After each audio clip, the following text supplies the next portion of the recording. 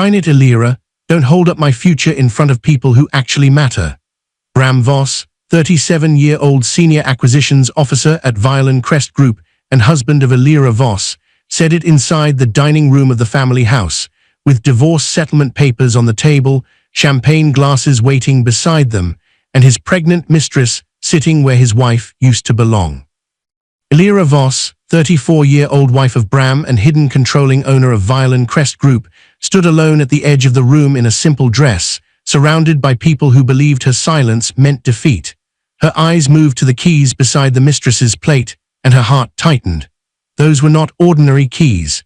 They opened the front door, the garden door, and the cabinet where she kept the dishes she bought when Bram had nothing. Sable Wynne, 31-year-old rich pregnant mistress of Bram, rested one hand on her stomach and smiled softly, as if the house had already accepted her. Marcy Bell, 58-year-old mother of Elira, stood near the champagne tray with a proud smile, ready to bless the betrayal instead of protecting her daughter. Kenrick Dale, 45-year-old attorney friend of Bram, placed a pen on top of the divorce settlement papers like Elira's pain was just another legal form.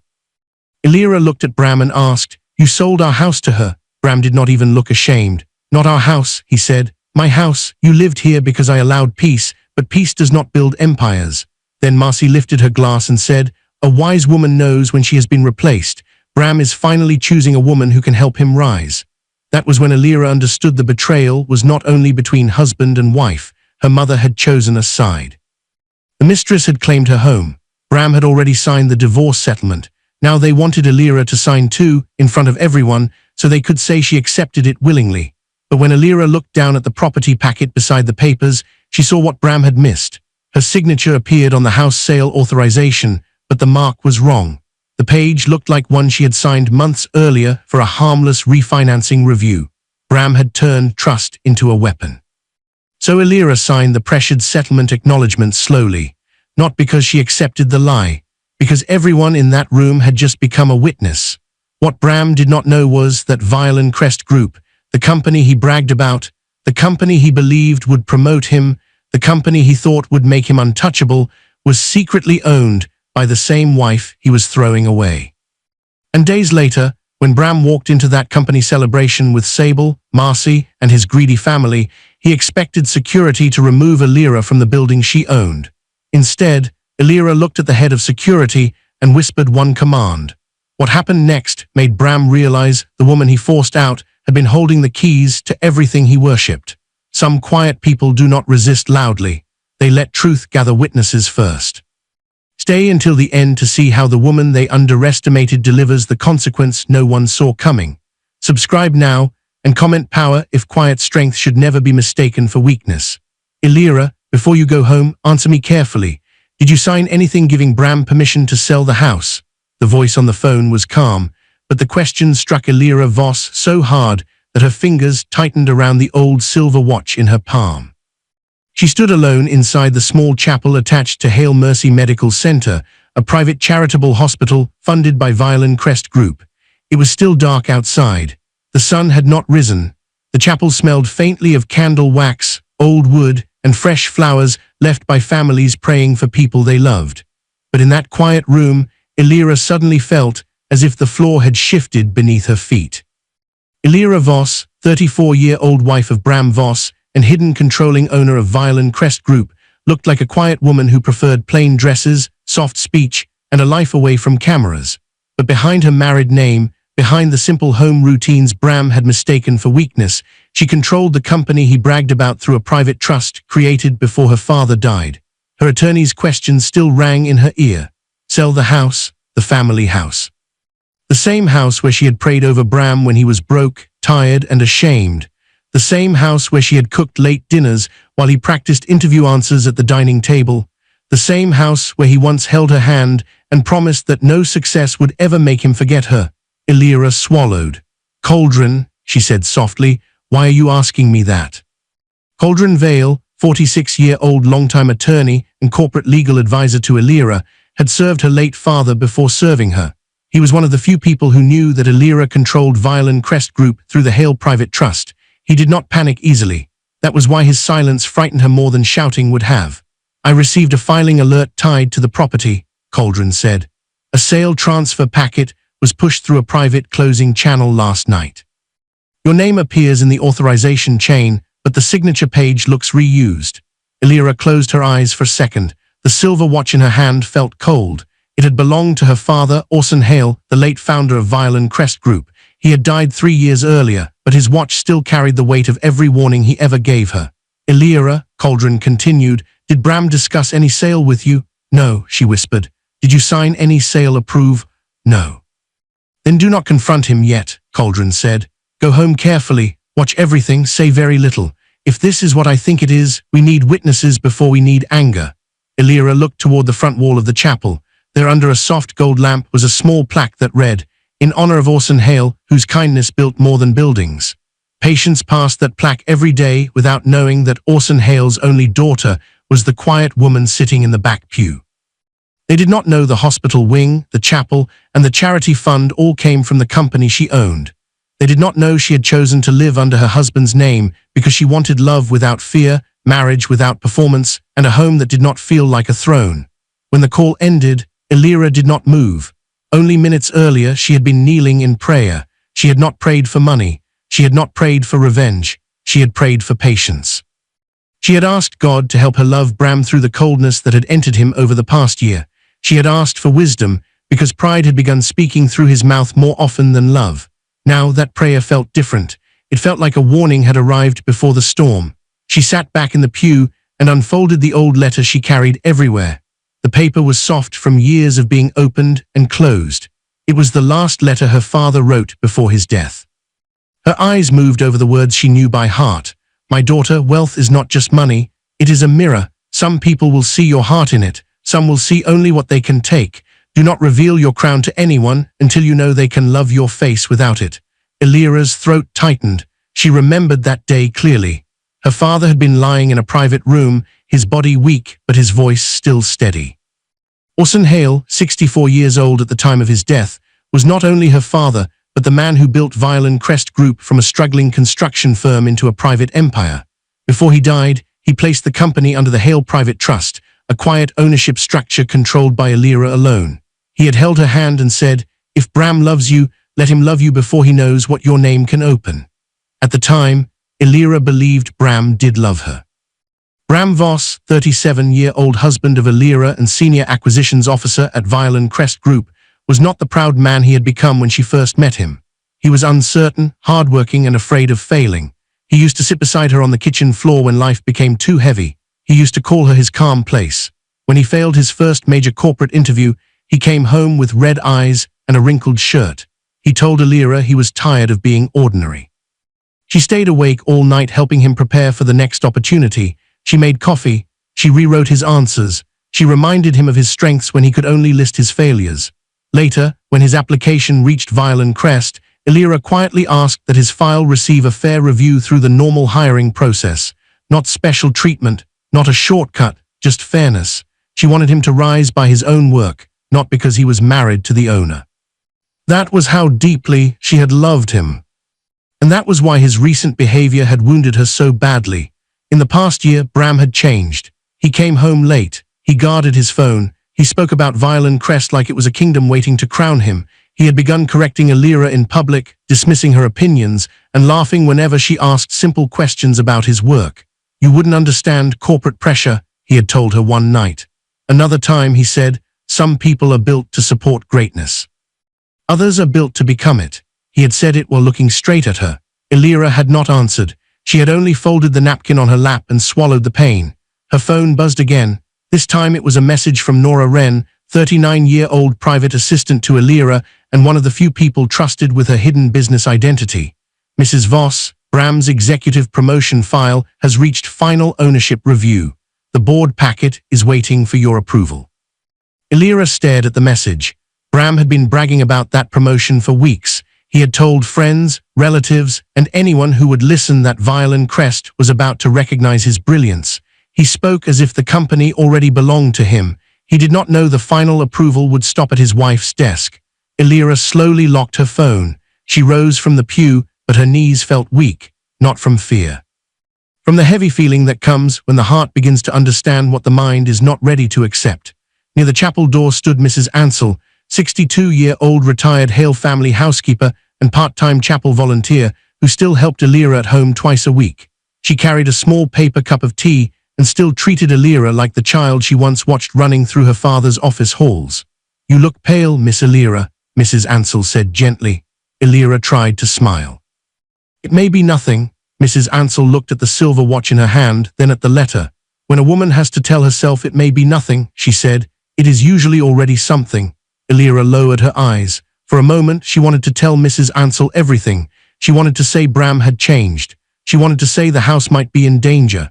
She wanted to say she was tired of being treated like a shadow by the man she had helped stand upright. But Elira had spent years learning restraint. Her father had taught her that truth should not be thrown into a room before it had witnesses, so she only said, "I have to go home." Mrs. Ansell touched her arm. "Then go with your eyes open. I am due at the house this morning, but if Bram has asked me to do anything strange, I will not pretend it is normal." Elira nodded once. She stepped out of the chapel as the first thin line of morning light appeared beyond the windows. Her phone buzzed once more. This time the message was from Bram. "Come home by noon, we need to discuss the house." Elira stopped walking. The chapel behind her was still quiet, but the peace she had brought into it did not follow her out. She looked down at her father's watch, then at Bram's message, and for the first time that morning, she understood that devotion had not protected her from betrayal. It had only delayed the moment she would have to face it. And somewhere inside the house she still called home, someone had already begun moving her memories without asking. By the time Elira reached the family house, the front door was already open. Not wide, just enough to make her stop on the porch with her hand frozen above the handle. For 6 years, that door had always been locked, unless she or Bram opened it. Bram used to say a home should feel safe before it felt beautiful. But now the door stood slightly open, and from inside, Elira heard the sharp sound of wood scraping against the floor. Something heavy was being moved. Her chest tightened. She stepped inside slowly. The first thing she noticed was not what had changed. It was what had disappeared. The wedding photo that used to hang beside the staircase was gone. The small picture from their first anniversary was gone too. The side table near the entrance looked bare, empty where her blue glass vase had always stood.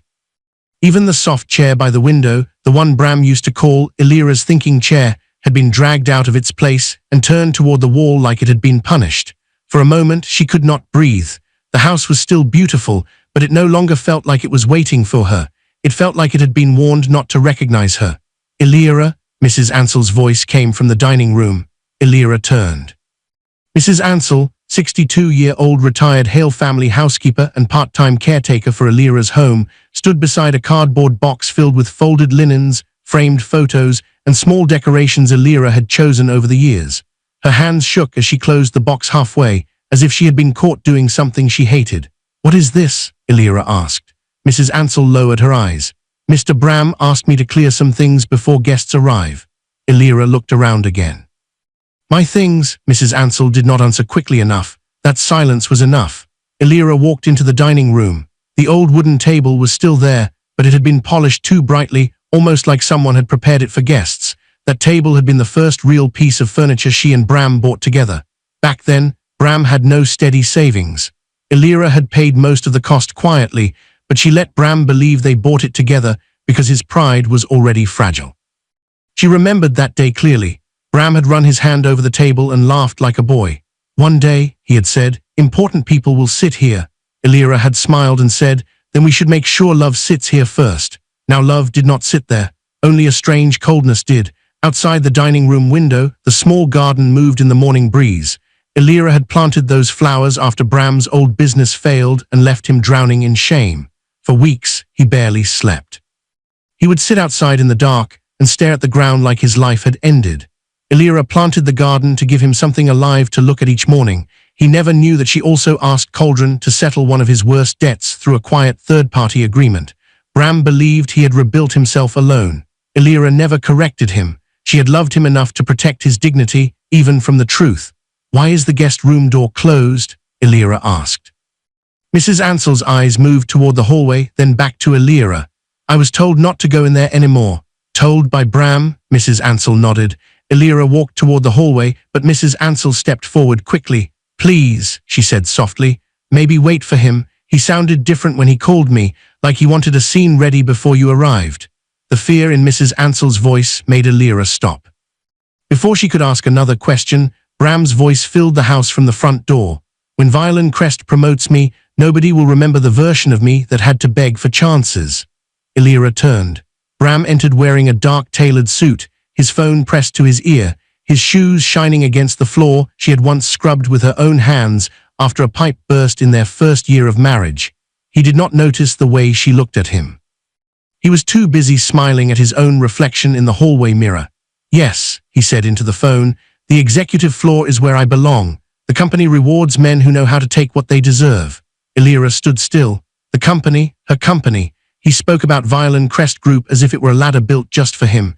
He had no idea the final approval for his promotion would pass through the woman he now barely looked at.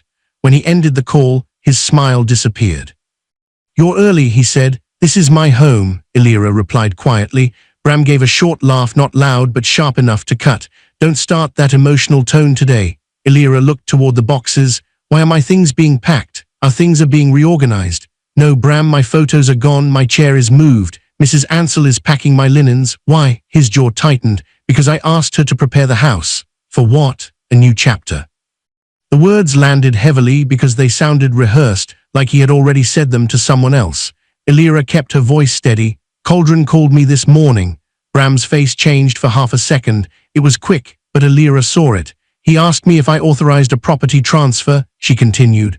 So I am asking you clearly, what is happening with this house? Bram slipped his phone into his pocket and stepped closer. You need to stop running to lawyers every time grown people make grown decisions. Grown decisions? Illyra repeated. Yes, he said. Financial decisions, serious decisions, things above prayer, feelings, and whatever little world you keep hiding inside. The insult did not surprise her. That was what hurt. He had been speaking to her like that more and more, as if softness meant stupidity, as if her quietness meant she had nothing behind her. This house is part of our marriage, she said. Bram looked at her with tired impatience. This house is part of my future. A silence fell between them. In that silence, Illyra saw the man he had become. Not suddenly, slowly. Pride had been building in him like mold behind a wall. By the time she noticed the smell, it had already spread. His phone buzzed. He glanced down. Illyra saw the screen before he turned it over. Sable, did she see the nursery yet? The name froze in Illyra's mind. Sable Wynne, 31-year-old wealthy socialite connected to private investors around Violin Crest Group, was unknown to Illyra until that moment as Bram's hidden mistress, the woman behind his late meetings, guarded phone calls, and sudden cruelty. Bram flipped the phone face down too quickly. Illyra looked at him. He looked back, daring her to ask. For one painful second, she wanted to demand the truth. She wanted to ask who Sable was, why there was a nursery, and why another woman knew more about her house than she did. But her father's voice came back to her.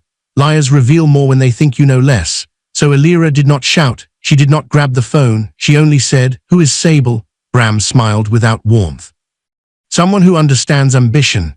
That answer told her more than a confession. He moved past her toward the stairs. My family is coming tonight. Your mother too. Kenrick will be here. We are going to settle things properly. Illyra's stomach tightened. Settle what? Bram paused on the first step and looked down at her. The things a wife should have understood before she became an obstacle. Then he walked upstairs. Illyra remained in the hallway until his footsteps faded. Mrs. Ansell whispered her name, but Illyra lifted one hand gently, asking for silence. Slowly, Illyra turned toward the closed guest room door. Every step toward it felt heavier than the last. Her hand touched the knob. It was cold. She opened the door. Inside, the room no longer looked like a guest room. A pale gold baby blanket was folded across the bed. Designer maternity bags sat beside the dresser. A new rocking chair stood near the window where Illyra used to read during rainy evenings, and on the pillow lay an ultrasound photo in a silver frame. Across the bottom, written in smooth black ink, were the words, "For our new beginning, Sable." Illyra stood in the doorway, staring at another woman's dream placed inside her marriage, and downstairs, the house remained quiet, as if it already knew who was coming to claim it. "Illyra, step away from that room." Bram's voice came from behind her, sharp and cold. Illyra stood frozen in the doorway of the guest room, staring at the framed ultrasound photo on the pillow. The pale gold baby blanket lay across the bed. Designer maternity bags sat beside the dresser.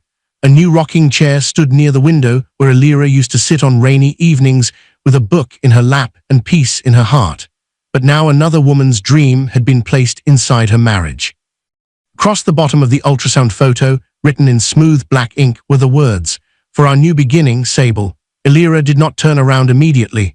Her fingers rested on the doorframe, but she did not touch anything inside the room. Something in her already understood that Bram wanted her to react. He wanted tears. He wanted shouting. He wanted her to become the unstable woman he could later describe to others. So Elira forced herself to breathe.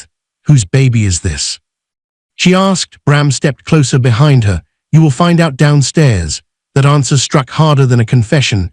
Downstairs, laughter floated up from the dining room. Glasses clinked. A chair moved across the floor. Someone laughed again, soft and pleased, as if a celebration had already started without her. Elira turned slowly. "Who is in my house?" Bram looked at her like she had said something childish. "You will embarrass yourself less," he said, "if you stop calling it that." Then he walked away, expecting her to follow. For a few seconds, Elira remained in the hallway. The house felt different around her now. It no longer felt like the place where she had held Bram through failure, prayed through his fear, and protected his pride when he had nothing. It felt like every wall had been told to forget her. Then she followed him downstairs. When Elira entered the dining room, her heart dropped. The room had been arranged like a private courtroom. Table was polished too brightly. A thick folder sat in the center. Champagne glasses waited beside a silver tray. The wedding photo that used to hang on the wall had been removed, leaving behind a pale rectangle where love once lived. Bram sat at the head of the table like a judge. Beside him sat Sable Wynne, 31-year-old wealthy pregnant socialite and Bram's mistress, one hand resting on her belly. She looked calm, rich, and already settled. Her cream dress was soft and expensive. Her jewelry was quiet but costly. Her smile was gentle in the way cruel people smile when they want to look innocent in front of witnesses. Behind Sable stood Bryn Wynne, 29-year-old image advisor and cousin to Sable, holding her phone low near her waist.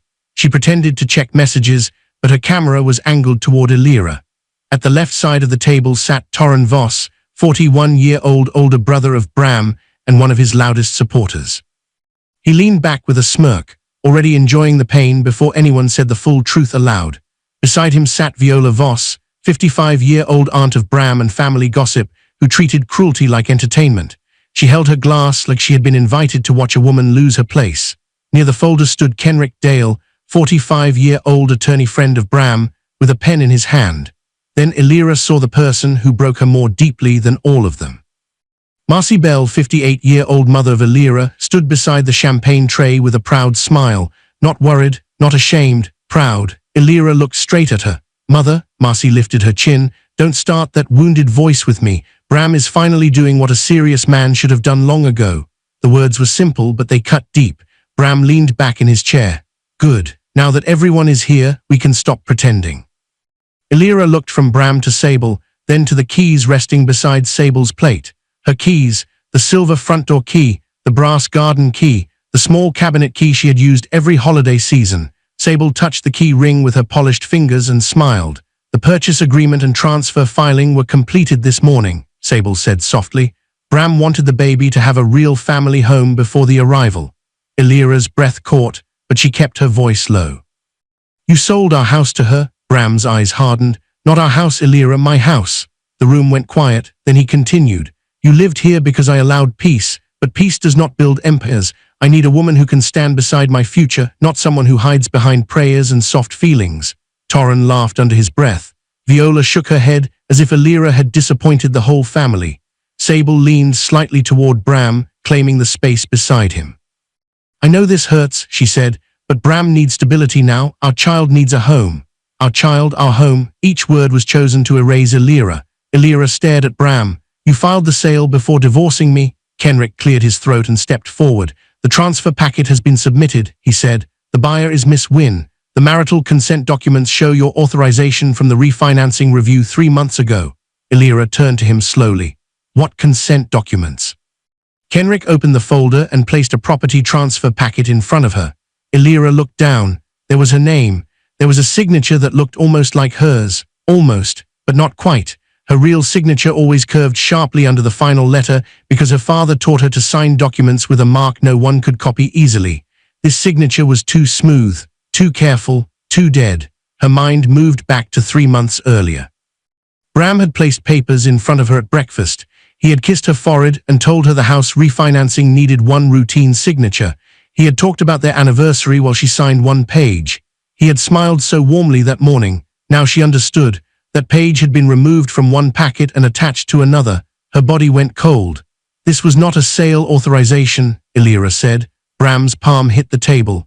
Do not start, he snapped. Do not turn this into one of your emotional performances. Marcy stepped forward before Elira could speak. Bram is right, Marcy said. A woman who cannot help a man rise should not block the woman who can. Elira looked at her mother, searching for even one small sign of guilt. There was none. Marcy lifted one of the champagne glasses. To Bram, she said proudly, to Sable, to their child, and to a future without dead weight. Then she drank. Elira stood completely still. Her own mother had not only chosen the betrayal, she had toasted it. Sable's smile widened slightly, and Bryn's phone tilted a little higher, hopping to catch Elira breaking. But Elira did not break, not where they could use it. Bram pushed another document across the table. Now sign the divorce settlement acknowledgement, he said. Elira looked at the papers. The first page already carried Bram's signature. He had signed it. He had already ended the marriage in his heart before calling her downstairs. The paper stated that Elira accepted the divorce terms, accepted a small settlement, and agreed not to contest the house transfer. The words were neat, clean, cruel. I am not signing this, Elira said. Bram stood, his chair scraped backward. You will sign it tonight. No, his voice dropped lower. If you refuse, I will file that you are unstable, dependent, and emotionally unfit to handle marital negotiations. I will make sure every person connected to Violin Crest knows you are trying to destroy my future because you could not keep me. Sable touched her stomach. Please don't make this ugly, Elira. Stress is not good for the baby. Marcy moved beside Bram, like she was standing with a son instead of against her own daughter. Sign it, Marcy said. At least leave with a little dignity. Elira's eyes burned, but she did not let tears fall. Torren leaned forward. If she refuses, call security. Let them watch her pack. Viola smiled. Sable will need the space anyway. Kenrick placed the pen on top of the papers.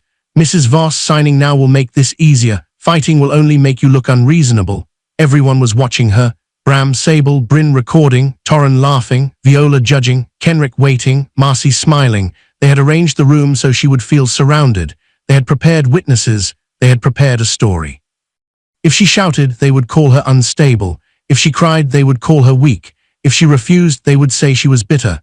Elira looked at the pen, then she looked at the forged house document, then she looked at Bram. In that moment she understood something clearly. They did not only want a divorce, they wanted a clean escape from what they had done, so she picked up the pen. Bram smiled, Sable relaxed. Marcy lifted her glass again, already pleased, but Elira did not sign quickly. She read the first line, then the second. Her hand moved slowly, carefully, with a calm that made Kenrick frown. She signed her name on the divorce settlement acknowledgement, not because she accepted the lie, because she now understood that a signature given under pressure, in front of witnesses, after threats and false documents, could become evidence. When she finished, Bram snatched the paper back like a man receiving a prize. There, he said, finally. Sable exhaled softly, then placed her hand over Bram's. Now we can start clean. Marcy clapped once, a small, sharp clap, then another. To a man who knows how to choose his future, Marcy said. This time Torren laughed openly. Viola raised her glass. Sable smiled at Elira like a queen removing a servant from the room. Elira looked at her mother's clapping hands, the same hands that once held her when she was sick as a child, the same hands now celebrating her removal. Something in Elira did not die, it woke up. Bram slid the signed settlement paper into the folder. You can pack tonight, take your clothes, leave the house keys. Elira looked at Sable's hand resting on the stolen keys, then she looked at the forged property document again. At the top corner, she noticed a tiny staple mark. It was in the exact place where the old refinancing page had been stapled months earlier. Her father's warning came back to her. Paper remembers every hand that touched it. Elira reached for the property packet, but Kenrick quickly pulled it back. Copies will be provided later, he said. That was when Elira knew he was nervous. The signature was not the only problem. The whole file was dangerous. Elira stood slowly. Bram expected begging, Sable expected tears, Marcy expected shame. Instead, Elira looked around the table and asked one quiet question. Is everyone here certain this is what you want? Bram said yes, Sable said yes, Marcy said absolutely, Torrin laughed and said long overdue. Viola lifted her glass. Kenrick tapped the folder shut. Bryn kept recording. Elira nodded once. Then remember tonight clearly, she said. Bram frowned. What is that supposed to mean? Elira did not answer. She turned and walked toward the stairs, leaving them with their champagne, their stolen keys, and the divorce paper they thought had ended her. But as she reached the first step, she looked back at the dining room one last time. The house had heard everything, and soon, so would the people who knew how to read what liars tried to hide. You signed it. Now stop standing there like a ghost and give Sable the remaining keys. Bram's voice cut through the dining room before Elira even reached the staircase. Elira stopped with one hand on the railing. Behind her, the room was still filled with champagne, soft laughter, and the cruel comfort of people who believed they had already won. The divorce settlement acknowledgement was inside Bram's folder now. Her name was on it, her hand had signed it, but every person in that room had watched how it happened. Pressure, threats, insults, false documents, a room full of witnesses. That was the only reason Elira had signed, not because she accepted the lie. Because she understood that sometimes a trap could become evidence if the trapped person stayed calm long enough. She slowly turned back. Bram held out his hand. The keys. Sable sat beside him with a pleased smile, her fingers resting on the key ring already placed near her plate. She looked relaxed now, like Elira's signature had cleared the last shadow from her path. Marcy stood near the champagne tray, still glowing with pride, as if she had just helped Bram win a war instead of helping him wound her own daughter. Elira walked back to the table. Her heart was beating hard, but her face stayed still. The keys you gave her are not the only copies, she said. Bram's smile faded. Do not test me tonight. I am not testing you, Elira said softly. I am listening, Torrin laughed. Listening to what? Your marriage is over. Viola rose from her seat and walked toward the sideboard where Elira's blue glass vase had once stood. She touched the empty space with 2 fingers and smiled. This house already feels lighter, Viola said. Sable will need to throw away anything that looks old and defeated. Sable's smile widened a little. I was thinking the nursery should be painted before next week, she said, turning to Bram as if Elira was not standing there. Something warm, something fresh. I do not want the baby growing up around sad energy. Marcy clapped softly. Yes, she said. Exactly. This house finally feels alive. The words struck Elira harder than the divorce papers. This house had been alive when Bram had nothing but fear and failed plans. It had been alive when Elira sat with him on the floor after his first business loss, feeding him soup because he was too ashamed to eat at the table. It had been alive when she planted the garden outside so he would wake up to color instead of despair. Now they stood inside that same house and spoke of her memories like stains. Elira looked at the folder under Bram's hand. Kenrick, she said, where exactly did the sale authorization come from? Kenrick adjusted his cuffs. As I said, from the refinancing review 3 months ago, that review was for mortgage restructuring. It included several consent provisions. No, Elira said. It included 1 signature page. Kenrick's eyes sharpened. For the first time, his calm lawyer face cracked a little. Bram leaned forward. You are not qualified to argue documents. Elira looked at him. I am qualified to know my own signature. Bram laughed coldly. No judge will listen to a housewife who regrets losing.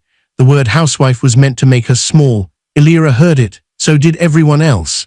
Sable lowered her eyes, but her mouth carried the edge of a smile. Bryn, still near the wall, held her phone low, recording again. She wanted Elira to cry. She wanted anger. She wanted one raised voice that could be clipped, twisted, and shared later. Elira gave her nothing. Instead, she looked at the property packet still near Kenrick's elbow. The top page was partly visible. The notary stamp sat near the lower corner, dark blue and slightly uneven. Elira's breath slowed. She had seen that stamp before. Months earlier, Cauldron had warned her about a small private notary office linked to rushed real estate filings and questionable witness statements. He had told her the stamp often appeared on paperwork that moved faster than it should. At the time, Elira had only listened as the company owner reviewing risk reports. She never imagined that same stamp would appear on her own home. Now it sat on the table like a careless fingerprint. Her father's voice came back to her from long ago. When people steal with paper, they smile because they think paper cannot cry, but paper remembers every hand that touched it. Elira had been 17 when Orson Hale taught her that. He had spread contract pages across his office desk and showed her how ink pressure, staple marks, initials, and notary seals could tell a story even liars tried to bury. Back then, she thought he was teaching her business. Now she understood he had been teaching her survival. She moved closer to the table and rested one hand beside the divorce folder. "Who else saw these papers before tonight?" she asked. Bram's eyes narrowed. "Why? Because I want to understand how many people helped you." The room went quiet. Marcy's smile hardened. "Helped him?" Bram did what he had to do. "You were blocking his future." Elira turned to her mother. "So you knew about the sale before tonight?" Marcy lifted her chin. "Of course I knew. Someone had to witness it properly." "And you believed I signed it?" Marcy hesitated for the smallest moment. It was brief, but Elira saw it. So did Mrs. Ansell. Mrs. Ansell stood in the shadowed hallway, silent and pale, but her eyes were clear. She had seen Marcy holding the property file earlier. She had seen Bryn recording. She had heard every toast, every threat, every insult. Elira did not look directly at Mrs. Ansell.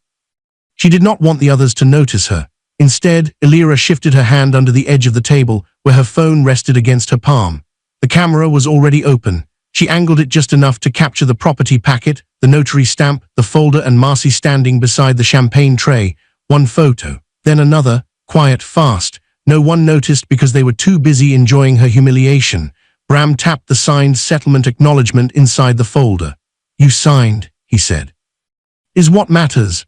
Elira looked at him for a long moment. "You are right," she said. "A signature matters." Something in her tone made Kenrick glance at her again. Sable touched Bram's arm. "Can we finish this? I do not want this sadness in the house tonight."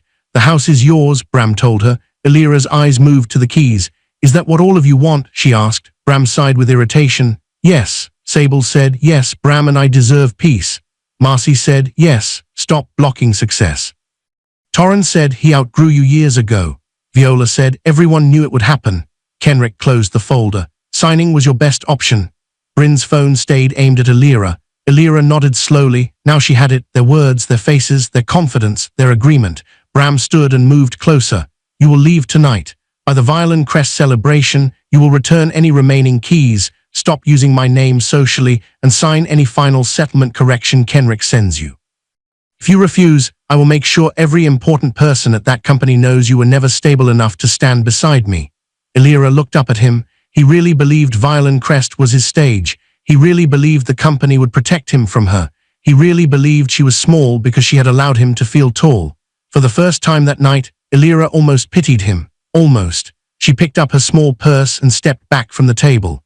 Marcy laughed softly. Finally, some dignity. Elira did not answer her. She turned toward the stairs, but before she climbed, she looked once more at the wall where her wedding photo had been removed. The pale rectangle remained there, clean and empty, waiting for another picture. Sable would probably hang a maternity portrait there. Bram would probably smile beneath it. Marcy would probably praise it. But paper remembered, walls remembered, witnesses remembered. And Elira had learned long ago that the quietest evidence often became the loudest voice in the room. By the time she reached the top of the stairs, her phone had already sent the photos to Cauldron. And downstairs, while they toasted their victory, the first proof of their fraud was already leaving the house. By the time Elira stepped out of the house with one suitcase, Bram had already changed the locks on her marriage. He stood in the doorway behind her, one hand in his pocket, the signed divorce settlement folder tucked under his arm like a trophy. Sable stood beside him, one hand on her pregnant stomach, the other holding the family house keys. Marcy watched from behind them with a proud smile that made the cold night feel even colder. Elira did not beg. She did not ask for one more conversation. She did not even ask to sleep in the guest room one last night. She walked down the front steps carrying only what mattered, her father's silver watch, the folded letter he had written before his death, the quick photos of the divorce settlement, and the secret pictures she had taken of the property documents under the dining table. Bram called after her, "Do not come back here acting confused tomorrow. You signed. It is done." Elira stopped beside the waiting car but did not turn around. Behind her, Sable gave a soft laugh. "Let her go, Bram. Some women only understand loss after the door closes." The door did close, but not the way Sable believed. Elira got into the black car parked at the curb. Her hands were steady until the driver pulled away. Then only when the house disappeared behind the trees, her fingers tightened around her father's watch, and one tear fell onto her lap. Just one. She wiped it away before it could become two. The car took her to a private executive residence owned by Violin Crest Group. From outside, the building looked like a quiet luxury apartment reserved for visiting board members and senior advisors. To Bram, it would have looked like a place Illyra could never afford. To Illyra, it was one of many company properties under her control. The lobby guard stood straighter when she entered. Illyra gave him a small nod, and he lowered his head with respect. No one called her Mrs. Voss there. No one looked at her like a rejected wife. They knew who she was. Inside the private suite, Nora Wren, 39-year-old private assistant to Illyra and keeper of her hidden corporate schedule, was already waiting near a long table covered with neatly arranged folders, a laptop, and a secure document scanner. She took one look at Illyra's face and forgot all business for a moment. "Did they hurt you?" Nora asked softly. Illyra placed her suitcase beside the chair. "Not in a way a hospital can treat." Nora's eyes filled with anger, but she controlled it. "Then we treat it with records." A few minutes later, Cauldron Vale, 46-year-old attorney and corporate legal advisor to Illyra, entered carrying a dark leather case. He set it on the table and opened it with a code. Inside were legal folders, corporate seals, property records, and a slim silver recorder used for verified statements. Illyra handed him her phone. "I sent you the photos from the house," she said. "These are the originals." Cauldron connected the phone to the secure laptop and began copying the images. His face became colder with each document he opened. "The notary stamp," he said. "You recognize it?" "Yes, we flagged that office last quarter for irregular filings connected to rushed property transfers. It does not prove fraud alone, but with the reused signature page, the timeline, and Marcy's witness statement, it becomes serious." Illyra sat down slowly. The word serious should have frightened her. Instead, it steadied her, because serious meant the pain had shape. Serious meant Bram had not only betrayed her heart, he had left marks that could be traced. Cauldron opened the photo of the signature page and zoomed in. "This is not a fresh authorization. Look here, the staple mark near the top corner is older than the rest of the page. The paper texture is different, and your signature is missing the final pressure curve." Illyra looked at the screen. "My father taught me to sign that way." "I know," Cauldron said. "He taught you because he knew one day someone might try to use paper against you." The room fell quiet. Illyra's mind slipped backward to her father's office years ago. Orson Hales sat behind his large wooden desk, wearing reading glasses and holding two contracts side by side. He showed her how a dishonest person could move one signed page from one packet to another. He told her never to trust a smile more than the order of documents. "When people steal with paper," he had said, "they smile because paper does not scream, but paper remembers." Back then, Illyra had laughed softly and asked why he was teaching her such hard lessons. Her father had looked at her with sad eyes and said, "Because I will not always be here to stand between you and greedy people." Now he was gone, and greedy people had entered her home. The suite door opened again. Hale Mercer, 52-year-old head of executive security at Violin Crest Group and trusted protector who had served Orson Hale before serving Illyra, stepped inside. He was tall, calm, and dressed in a dark suit with the quiet alertness of a man who noticed every exit before he sat down. He stopped a few feet from Illyra and lowered his head. "Madam Chair." The words filled the room with a power Bram had never imagined. Illyra was not simply Bram's discarded wife. She was the hidden chairwoman and controlling owner of Violin Crest Group, the company Bram worshipped, the company he believed would lift him above everyone else. Nora closed the door behind Hale. Cauldron placed another document on the screen. "There is more." Illyra looked up. Nora took over, her voice careful. "Bram submitted internal benefit documents this afternoon. He requested executive relocation consideration and listed Sable Wynn as his domestic partner." Illyra said nothing. Nora continued, "He also attached a personal statement to his promotion packet. In it, he described you as financially dependent, emotionally unstable, and hostile to his career progress." For a moment, Illyra's face changed. It was small, a slight tightening near her eyes, a breath that did not finish, but everyone in the room saw it. Bram had not only replaced her. He had started building a lie around her name, a lie that could make her look weak, unstable, and desperate if she ever fought back. "He planned this," Illyra said quietly. Cauldron nodded. "Yes, the house transfer, the pressured settlement, the witness statement, the internal company documents, they all point in the same direction. He wants you erased privately and discredited publicly before his promotion review." Hale's jaw hardened. "And he has requested guest badges for the Violin Crest celebration." Nora opened another file. Sable, Marcy, Torren, Viola, Kenrick and Bryn are all listed. Bram marked them as personal guests for his expected promotion announcement.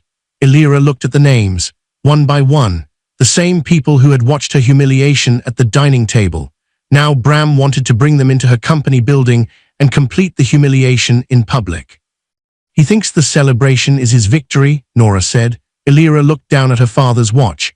The stopped hands still pointed to 6:12. She remembered another thing her father told her near the end of his life.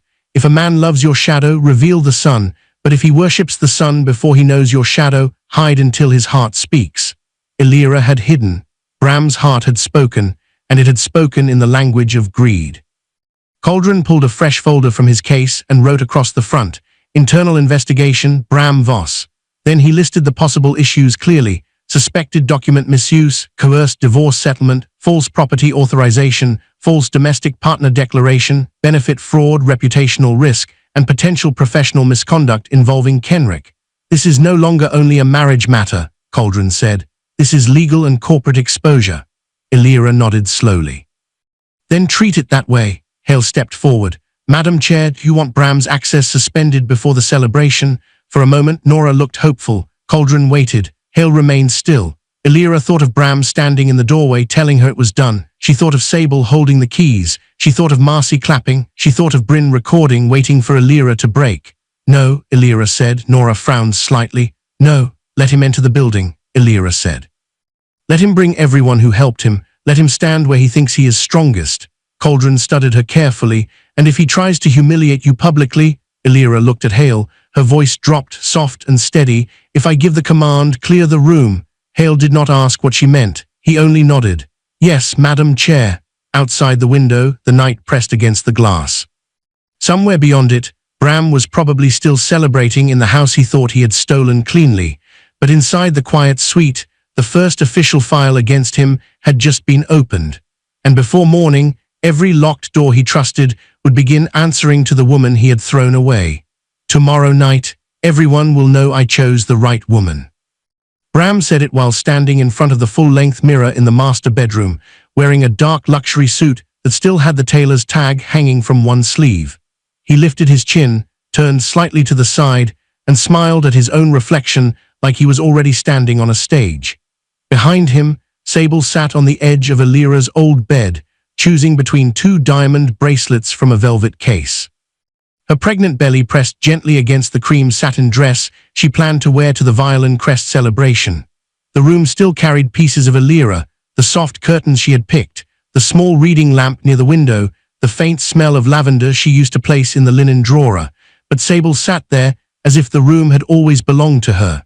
"Not just the right woman," Sable said, fastening one bracelet around her wrist. "The woman who can stand beside you without looking like she is apologizing for existing." Bram laughed. The sound was easy, proud, free of guilt. He turned again in the mirror. "Illyra never understood what I was becoming." "No," Sable said. "She understood. That was the problem. She just wanted you small enough to need her." That lie settled into Bram like medicine. Sable knew exactly how to speak to the wound inside him. She knew he hated remembering the years when he had failed, borrowed, begged, and leaned on Illyra's quiet strength. So Sable gave him another version of the past. In her version, Illyra had not supported him. She had trapped him. She had not protected his pride. She had used his weakness to keep him close. Bram wanted to believe that, so he did.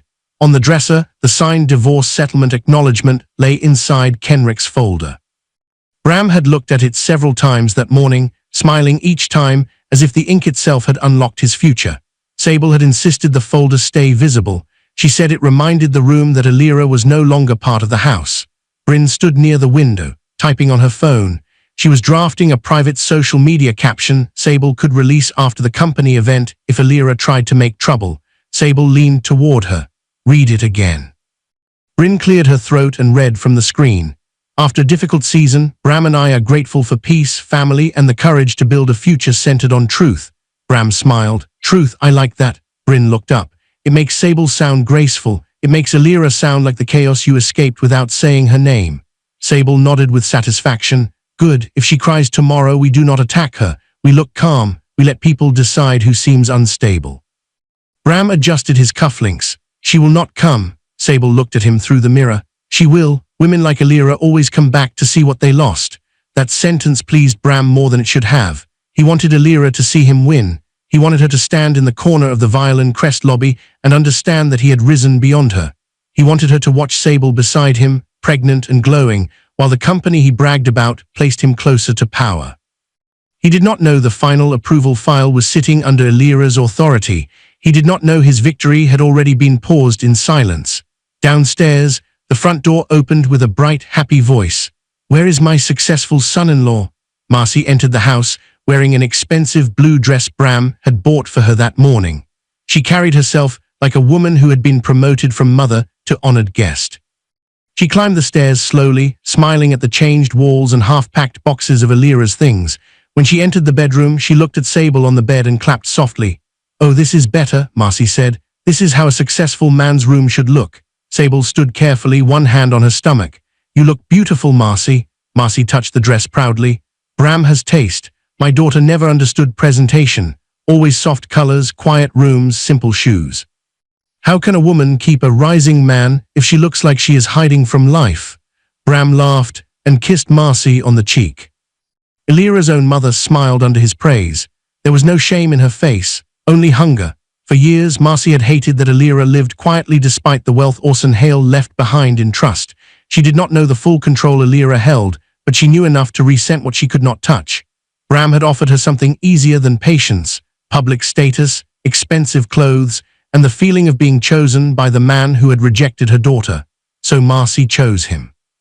She looked at the divorce settlement folder on the dresser. Did she sign? Bram picked it up and waved it once. She signed. Marcy exhaled like a prayer had been answered. Good. Tomorrow at the company event, make her understand it is finished. Some women need public shame before they stop hopping. Sable's eyes brightened slightly. I agree, Bryn nodded. If Alira appears, we keep cameras ready, not obvious, just enough. If she raises her voice, we have our proof. Bram's phone rang before he could answer. Kenrick's name appeared on the screen. Bram answered with a smile. Tell me the filing can move faster. Kenrick's voice came through low and tense. Do not push too hard in public tomorrow. The signed settlement acknowledgement helps, but if anyone says she signed under pressure, it could create problems. Bram's smile faded. She signed with a pen in her hand. Yes, Kenrick said, but there were people present, and if she claims coercion, she will not claim anything, Bram snapped. She has no money for a long fight. Kenrick paused. Just be careful. Also, do not mention the house transfer around company executives. Keep personal matters separate. Bram looked annoyed. You worry too much. I worry because documents leave trails. For a second, Bram glanced toward the dresser where the property folder sat beneath the settlement papers. Then Sable touched his arm. He relaxed.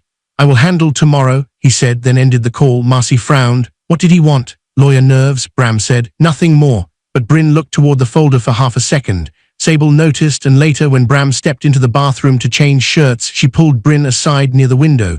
Do you think there is a problem? Sable whispered. Bryn lowered her voice. Kenrick sounded nervous. Sable's face hardened. The sweet expression disappeared. I did not come this far to lose the house. You have Bram. Sable looked around the bedroom at the curtains, the bed, the polished furniture, the life Alira had built without showing off. I do not only want Bram, she said. I want the house. I want the company lifestyle. I want the respect Alira had and never knew how to use. Bryn studied her. Then tomorrow has to be clean. It will be, Sable said. Bram just needs to stand tall, and Alira needs to look small. Her words slipped into a memory. Months earlier, at a private charity dinner, Sable had met Bram near the drinks table. He had been standing alone, watching senior Violin Crest executives laugh with an ease he did not yet have. She noticed his hunger immediately, not hunger for food, but hunger to be seen. She had smiled and asked why a man like him looked like he was waiting for permission. Bram had laughed bitterly and said his wife loved quiet things. Sable had leaned closer and said, quiet wives are safe until they start making ambitious men feel guilty. That night, Bram looked at her differently. Sable had understood him from the beginning. Praise his ambition, mock his softness, blame Alira for his insecurity, and Bram would slowly rewrite his own marriage. Now the rewrite was almost complete. Later that evening, Torren and Viola arrived to discuss the celebration. Torren poured himself a drink and joked that if Alira appeared at Violin Crest, security should drag her out before she started crying near important people. Viola smiled. No, let her come. Public embarrassment will make the divorce easier. Nobody believes a calm woman was wronged if they see her acting desperate. Marcy nodded. Exactly. Tomorrow, she learns what it means to be replaced in front of the right audience. Bram stood in the center of the room, surrounded by people feeding the worst parts of him. His phone buzzed.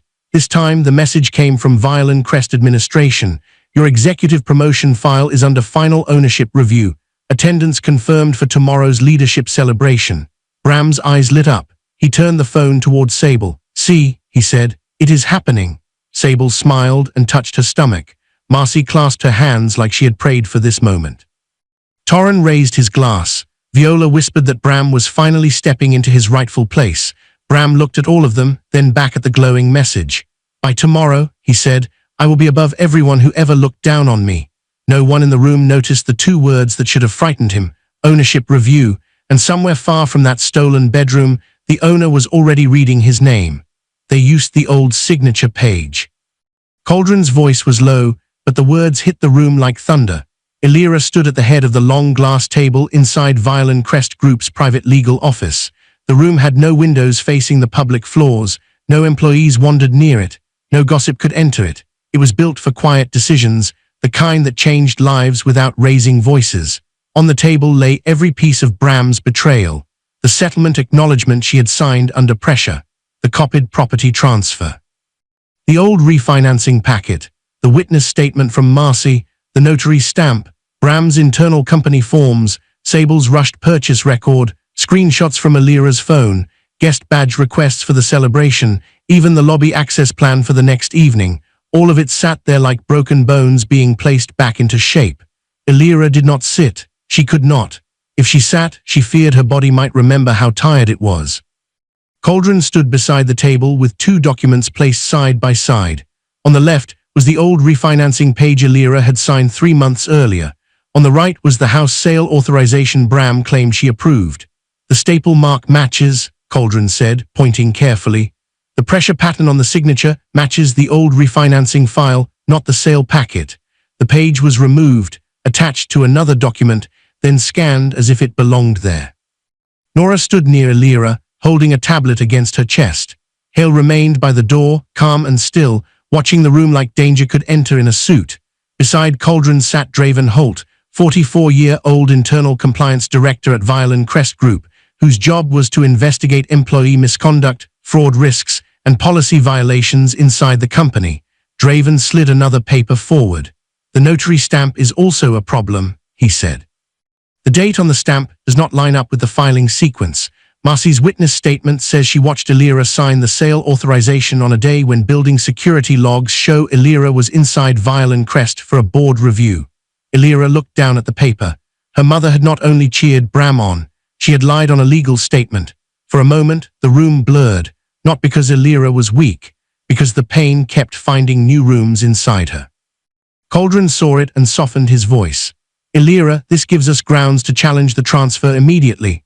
Sable thinks she owns the house, Nora said. She may believe that, Cauldron replied, but belief does not cure fraud. Draven nodded. Once we file the legal hold, the property cannot be fully transferred, refinanced, renovated, or stripped of marital assets until the dispute is reviewed. If Sable tries to alter it based on false consent, it becomes worse for her. Illyra closed her eyes for a brief second. The house was not safe yet, but it was no longer alone. That mattered. The door opened softly. Mrs. Ansell stepped inside, holding a brown envelope with both hands. Her face looked tired but determined. She had changed from the house uniform into a plain dark coat. Her eyes found Illyra first, and the sadness in them almost broke the last piece of calm Illyra was holding. I kept something, Mrs. Ansell said. Cauldron came forward and gently accepted the envelope. Inside was a photocopy of the exact refinancing packet Bram had presented to Illyra months earlier. Mrs. Ansell had copied it because she had once worked for Orson Hale, and Orson had taught everyone around him that important papers should never exist in only one place. Illyra looked at her. You saved this, Mrs. Ansell nodded. That morning, Mr. Bram was too sweet, too careful. Your father used to say a man who suddenly smiles at paperwork is asking paper to hide something. Illyra's lips trembled, but she managed to hold herself steady. Thank you, she said. Mrs. Ansell looked down. I am sorry I did not stop them last night. You witnessed them, Illyra replied softly. That may stop more than you know. Cauldron placed Mrs. Ansell's copy beside the sale packet. The match became undeniable. The signature page Bram used came from the refinancing file. The rest of the document had been built around it. The legal net tightened. Draven turned to another folder. Now we need to discuss Bram's company exposure. The room shifted. This was no longer only about the house. Draven opened Bram's internal record on the main screen. Bram had submitted benefit documents tied to executive relocation. He listed Sable as his domestic partner while still legally married to Illyra. He claimed his current home was free of marital dispute. He requested priority guest clearance for Sable and her family connection. He attached a statement describing Illyra as financially dependent, emotionally unstable, and hostile to his professional rise. Illyra stared at the screen. The words sat there cleanly like they had not been written to destroy a living woman. Financially dependent, emotionally unstable, hostile to his career.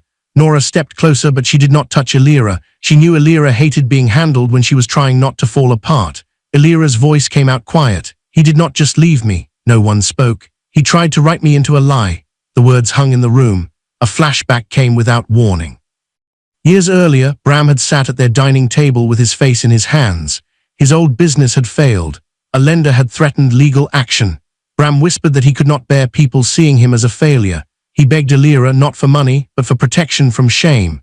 So Illyra protected him. She called Cauldron. She arranged a quiet settlement through a neutral party. She told Bram later that sometimes doors reopened when people stayed faithful. Bram believed luck had found him. Now he had taken the dignity she protected and sharpened it into a knife against her. Cauldron's voice brought her back. Bram also accessed acquisition files outside his clearance level. Illyra looked up. Draven confirmed it. He opened confidential files connected to upcoming property deals. The access logs show he viewed them after a private dinner with Sable's family. We do not yet know whether he shared anything, but the timing is concerning enough to preserve the system records. Hale's expression hardened. That moves this from misconduct to possible corporate risk. Exactly, Draven said. False benefit claim, false domestic partner listing, possible misuse of confidential information, conflict of interest and reputational risk. Cauldron closed one folder and opened another. This is why we must separate heartbreak from consequence, he said. The affair is personal. The forged house document is legal. The false company filings are corporate. The confidential access is investigative. Each one has its own path. Together, they show pattern and intent. Illyra finally sat down, not because she was defeated, because the facts were standing now. She no longer had to carry the truth alone. Hale stepped forward. There is one more issue. Illyra looked at him. Bram requested security assistance for tomorrow's celebration, Hale said. He wrote that his estranged wife may appear and cause a scene. He asked that security remove her if necessary. For the first time all day, Nora's anger broke through. He asked your security team to remove you from your own building. Hale answered before Illyra could. Yes. The room went silent again. Illyra looked down at her father's watch on her wrist. The stopped hands still pointed to the moment Orson Hale had left the world. She remembered him standing with her in the first Violin Crest lobby when she was a teenager, telling her that power should never be loud unless justice demanded it. Bram thought security would drag her out. Bram thought the building would obey him. Bram thought the company he bragged about had no memory of the woman who owned it. Cauldron folded his hands. We can end this before the event. We can suspend his badge tonight, cancel his guest access, freeze his file, inform him privately. Nora nodded. That would protect you from another public humiliation. Mrs. Ansell whispered, you have suffered enough. Illyra heard them. She loved them for wanting to shield her, but shielding had kept Bram comfortable for too long. He had humiliated her in the house. He had made her sign in front of witnesses. He had let her mother clap. He had planned to enter her company with the same people and finish the lie where he thought it would hurt her most. No. This time truth would not arrive quietly at his door. It would meet him under the lights he had chosen. Illyra stood. Do not cancel his access. Cauldron watched her carefully. Illyra, let the legal hold prepare. Let compliance preserve every file. Let security follow written protocol, but let him walk in. Hale's eyes did not move from her face. Illyra continued. Let him bring Sable. Let him bring Marcy. Let him bring everyone who laughed in that dining room. Nora understood first. Cauldron understood second. Hale had understood from the beginning. Illyra looked toward the sealed badge requests on the table. Let him walk in proud, she said. I want the truth to meet him where he thinks he is strongest. No one argued after that. Outside the private legal office, the public floors of Violin Crest continued shining for the next day's celebration. Flowers were being arranged, screens were being tested, guest lists were being printed. And Bram's name remained on the access list, not because he was safe, but because Illyria had allowed the door to stay open just long enough for him to step through it. Look at it, Sable. This is where my real life begins. Bram stood beneath the giant glass entrance of Violin Crest Group, with Sable's hand locked around his arm, smiling like the building had been waiting years to welcome him as its king. The headquarters rose above them in polished glass and bright steel. The lobby inside shone with marble floors, golden lights, fresh flowers, and huge digital screens carrying the company name Bram had worshipped for months. Employees moved with careful excitement. Executives shook hands near the elevators. Investors spoke in quiet groups. Guests carried champagne and smiled for photographers. To Bram, it looked like a coronation. To Illyria, when she would enter later, it would look like a witness stand. Sable stood beside Bram in a fitted pearl dress, her pregnancy displayed with careful elegance. One hand rested on her stomach whenever someone important looked their way. It was not only tenderness, it was strategy. She wanted everyone to see her as Bram's future, his family, his reason for rising. Behind them walked Marcy, proud in the expensive blue dress Bram had bought for her. She looked around the lobby like she had finally arrived among people worthy of her attention. Torren followed with a loud laugh, greeting strangers as if he belonged there. Viola walked beside him, whispering opinions about people's clothes and jewelry. Kenrick carried his leather folder close to his side, trying to look calm. Bryn stayed near Sable, phone in hand, already choosing angles that made Sable look graceful and Bram look powerful. Bram paused near the center of the lobby and looked up at the executive elevator. The doors were black glass with a silver crest above them. Only senior leadership, board members, and special clearance holders could use them. Bram had never been inside without permission. He pointed at them and leaned toward Sable. Soon, he said, that floor will be mine. Sable smiled up at him. Ours? Bram liked that. He liked how she made his hunger sound noble. He liked how Marcy watched him with approval. He liked how Torren treated him like the family champion. He liked how Viola spoke of Illyria as if she had already been buried. Most of all, he liked that Illyria was not there, not yet. Near the center of the lobby, Hale stood with two senior security officers. His face was calm, almost unreadable. Bram saw him and smiled with the confidence of a man who believed security existed to protect his rise. Bram gave Hale a small nod, as if Hale were one of the many people beneath him. Hale returned the nod politely, nothing more. Bram did not know Hale had reviewed his guest list the night before. He did not know Hale had already been briefed on the legal hold, the internal investigation, the false benefit documents, the forged property packet, and the security commander Illyria had approved. Bram believed he had entered the building as a rising executive. In truth, he had entered as evidence walking on polished marble. A senior manager greeted Bram near the reception area, and Bram raised his voice just enough for nearby guests to hear. It is a big night, Bram said. Violin Crest rewards people who understand power. Sable touched his arm. And loyalty, Marcy laughed softly, and good taste. Torren lifted his glass, and leaving dead weight behind. Kenrick's eyes moved quickly around the lobby. Lower your voice. Bram ignored him. He was too full of the moment to hear caution. Across the lobby, some senior staff began to shift. A few of them looked toward the side entrance. Their posture changed before Bram noticed why. One assistant straightened. A board secretary lowered her glass. A senior director stepped back from a conversation and looked toward the quiet hallway near the private elevators. Illyria had arrived. She did not come through the main entrance. She entered through the side corridor reserved for board leadership, dressed in a simple black evening dress with clean lines and no loud jewelry. Her hair was neat. Her face was calm. On her wrist was her father's silver watch. It caught the light once as she stepped into the lobby, small and bright like a warning only the right people could read. A few senior staff recognized her immediately. Their bodies stiffened with respect. One man almost bowed his head, but Illyria gave him the smallest look, just enough to stop him. Not yet. The truth had a time. She would not rush it because Bram's pride needed to finish speaking first. For one heartbeat, she stood near the edge of the lobby and watched Bram. He was laughing. The same man who had cried into her shoulder years ago, afraid no one would ever respect him, now stood in her company with another woman on his arm, ready to make her look like the shame in his story. A memory moved through Alira before she could stop it. Years ago, Bram had sat on their old dining room floor after another failed interview.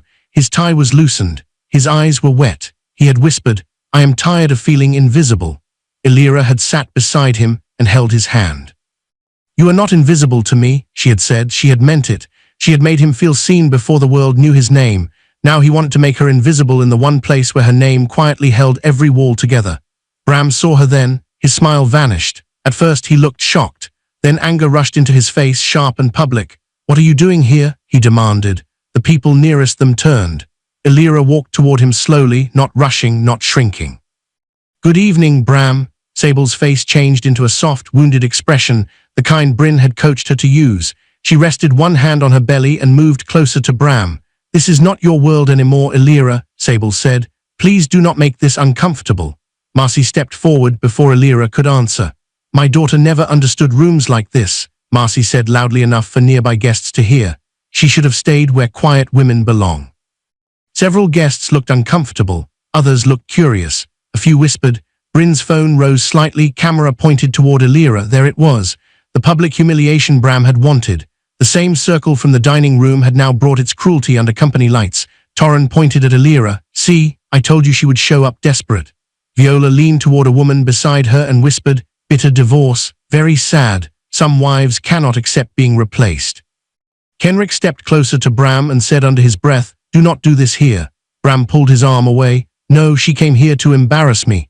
Alira looked at him with quiet eyes. "Did I say anything?" "You do not have to," Bram snapped. "Your presence is enough." Sable let out a small breath as if frightened. "Bram, please, think of the baby." That sentence worked on the guests exactly as Sable intended. A few eyes moved to her stomach. Sympathy shifted toward her for a second. Bryn captured it all. Bram saw the attention and used it. He turned toward Hale, who stood a few steps away. "Security," Bram said, pointing at Alira. "Remove her before she ruins this event." The lobby seemed to grow quieter. Hale did not move. Bram frowned. "I said remove her," he repeated. "She is not invited. She is unstable. She already signed the divorce settlement, and now she is stalking me at my workplace." The words were loud enough to travel. Alira felt them land on her skin. Unstable, stalking, workplace. Each word was part of the lie he had been building, but she did not defend herself, not yet. She only looked at Hale. Hale remained still. Bram stepped closer to him. "Do your job." Hale's expression did not change. "I am." The answer confused Bram. Sable's fingers tightened on his arm. Marcy looked from Hale to Alira, and for the first time that evening, a small shadow crossed her face. Torren laughed once, but it sounded forced. "What is the delay?" Viola stopped whispering. Kenrick went pale. Bryn lowered her phone slightly, uncertain whether she was recording victory or danger.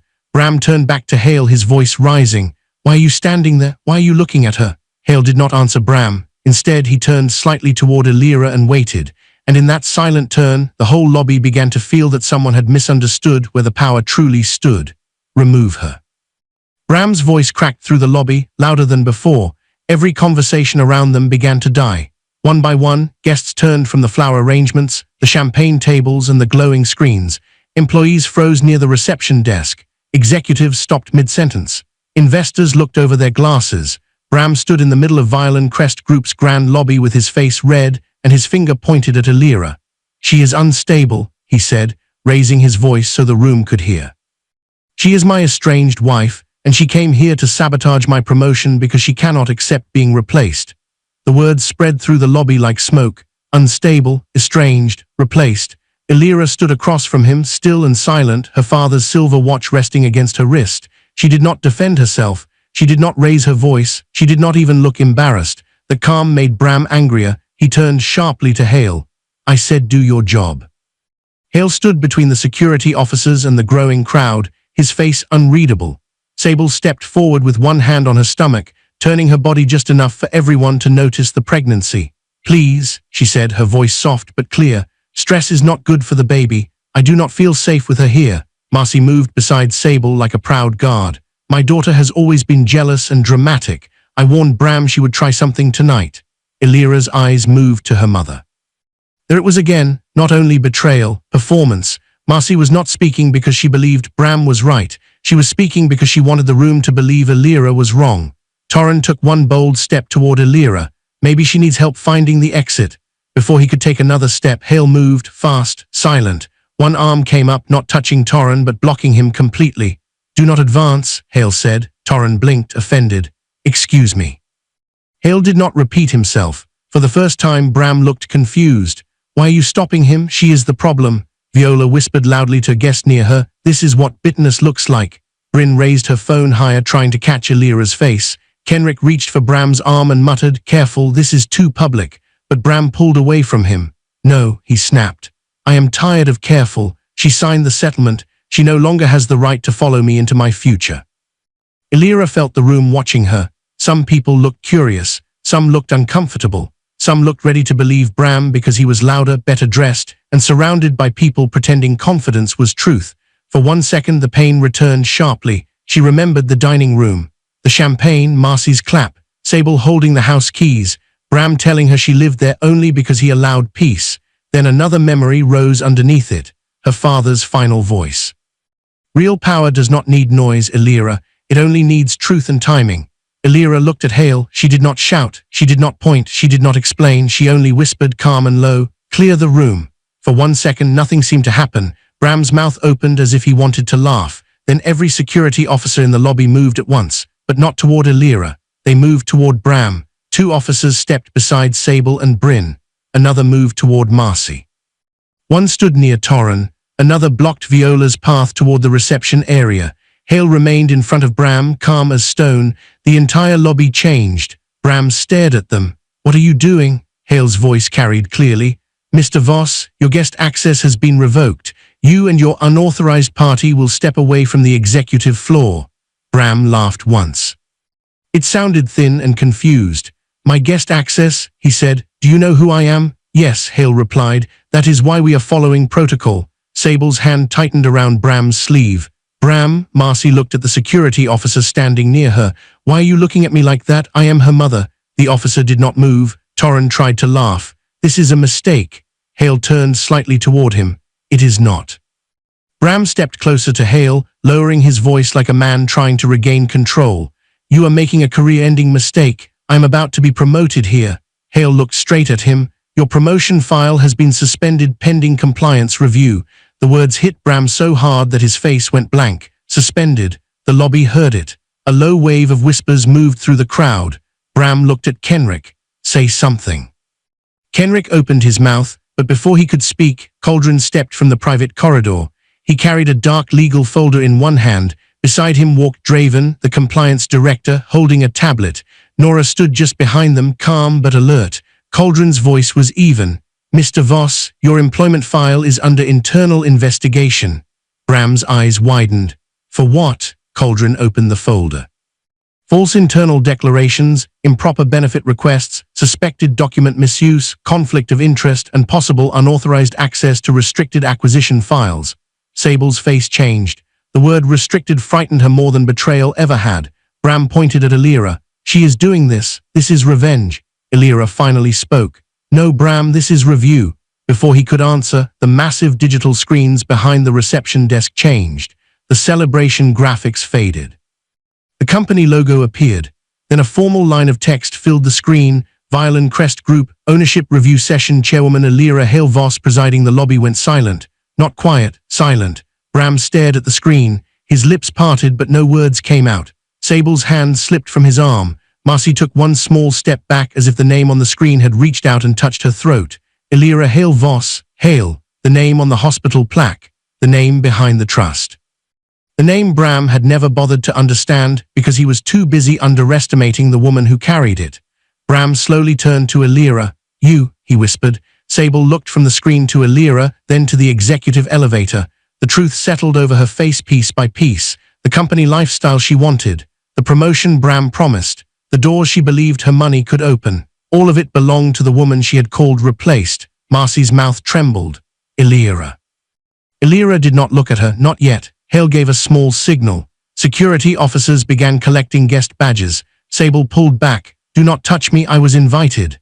"Your guest clearance has been withdrawn," the officer said. Bryn tried to lower her phone and swiped quickly across the screen. Hale saw it immediately. "Do not delete recordings. Company security has already preserved lobby footage." Bryn froze. Torren looked around. suddenly aware that the same crowd he wanted to use against Elira was now watching him shrink. Viola's face lost color. Kenrick stepped forward, forcing a lawyer's calm into his voice. "I represent Mr. Voss in a personal matter. This is improper." Cauldron turned to him. "You may need representation of your own." The property transfer documents connected to Mrs. Voss's marital home are now under legal hold due to suspected forged authorization and false witness statements. Sable's eyes flashed. "That house is mine." Cauldron looked at her. "Not until a court decides whether you bought it with valid consent." Sable's hand moved to her stomach again, but this time it did not look powerful. It looked like the only shield she had left. Marcy tried to move toward Elira. "Elira, listen to me." A security officer stepped gently between them. Marcy stopped. The humiliation she had cheered in the dining room had followed her here, but now it had turned around. Bram's breathing grew heavy. "You own violin?" Elira looked at him. For the first time that night, there was no sadness in her face, only truth. "No, Bram," she said. "I protected it from men like you." The words landed harder than shouting. Bram looked at the screen again, then at the security team, then at the people slowly stepping away from him. His whole dream was still standing around him.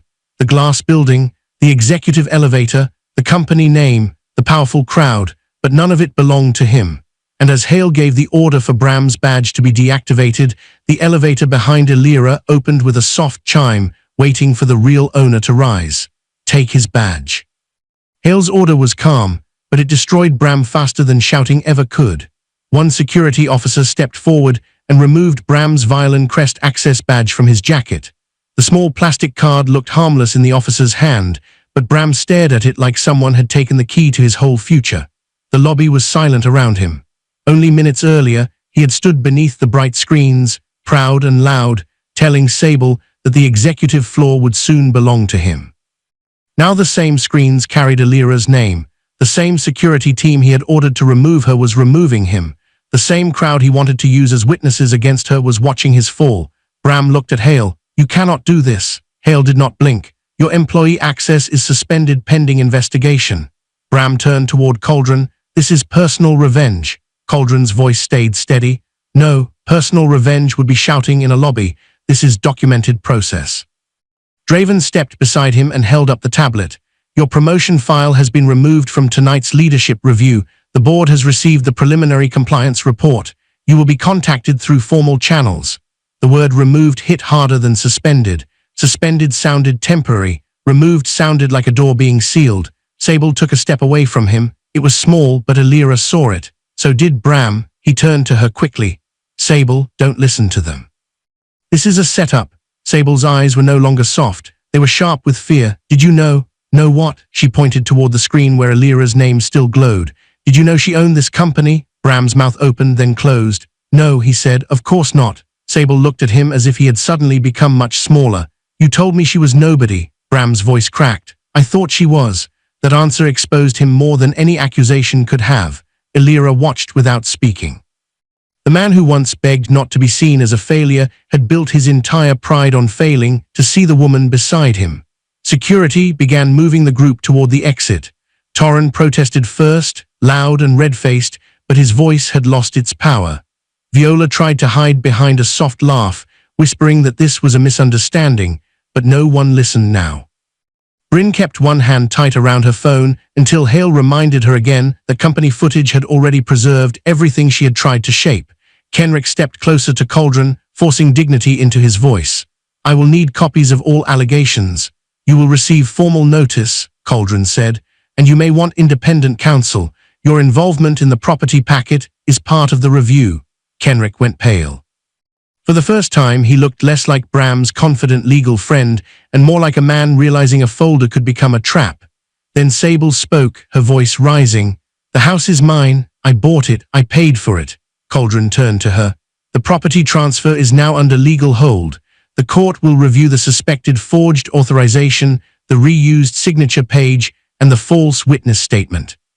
Until then, you have no right to alter, sell, refinance, or remove protected property from that house." Sable's hand moved to her stomach again, but the gesture no longer controlled the room. "You cannot do that to me," she said. Elira finally looked at her. "No one did anything to you, Sable. You bought a home from a man who had no honest right to sell it." Sable's face tightened, but she had no answer. Marcy stood behind the security line, staring at Elira like the floor had vanished beneath her. The proud smile from the dining room was gone. The mother who had toasted Bram and Sable now looked frightened and desperate. "Elira," she whispered, "please let me explain." Elira turned to her slowly. The lobby seemed to lean closer. Marcy stepped forward, but the security officer gently blocked her. "I only wanted you to have a better life," Marcy said. "I thought Bram was rising. I thought if you stopped fighting him, maybe you would still get something. I was trying to help you." Elira's face did not harden. That almost made it worse.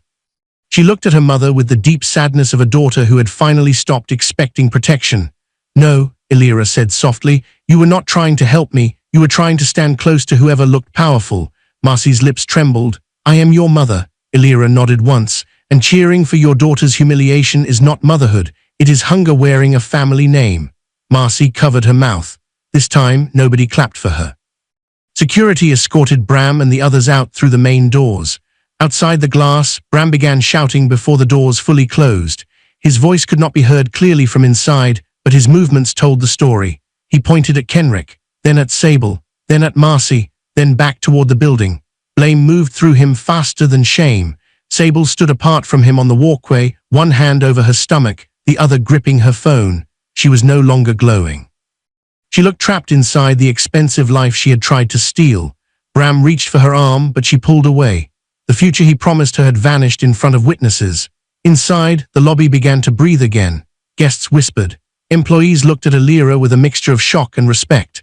Some looked guilty for almost believing Bram.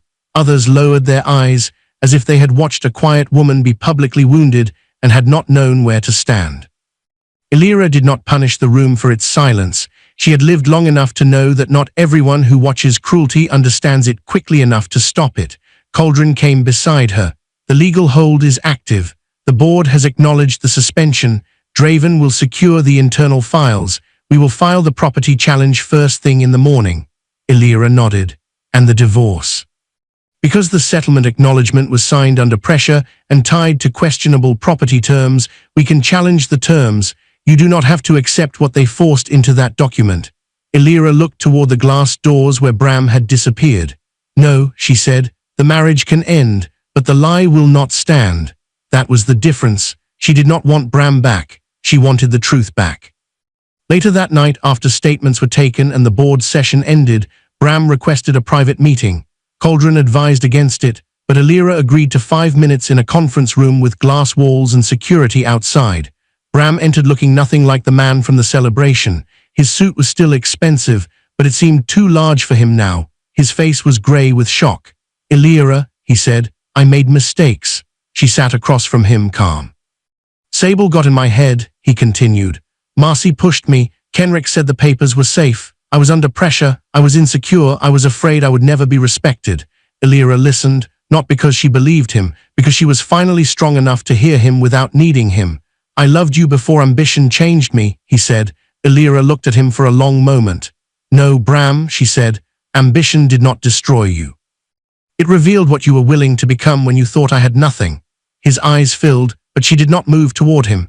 "You did not lose me when you wanted more," she continued.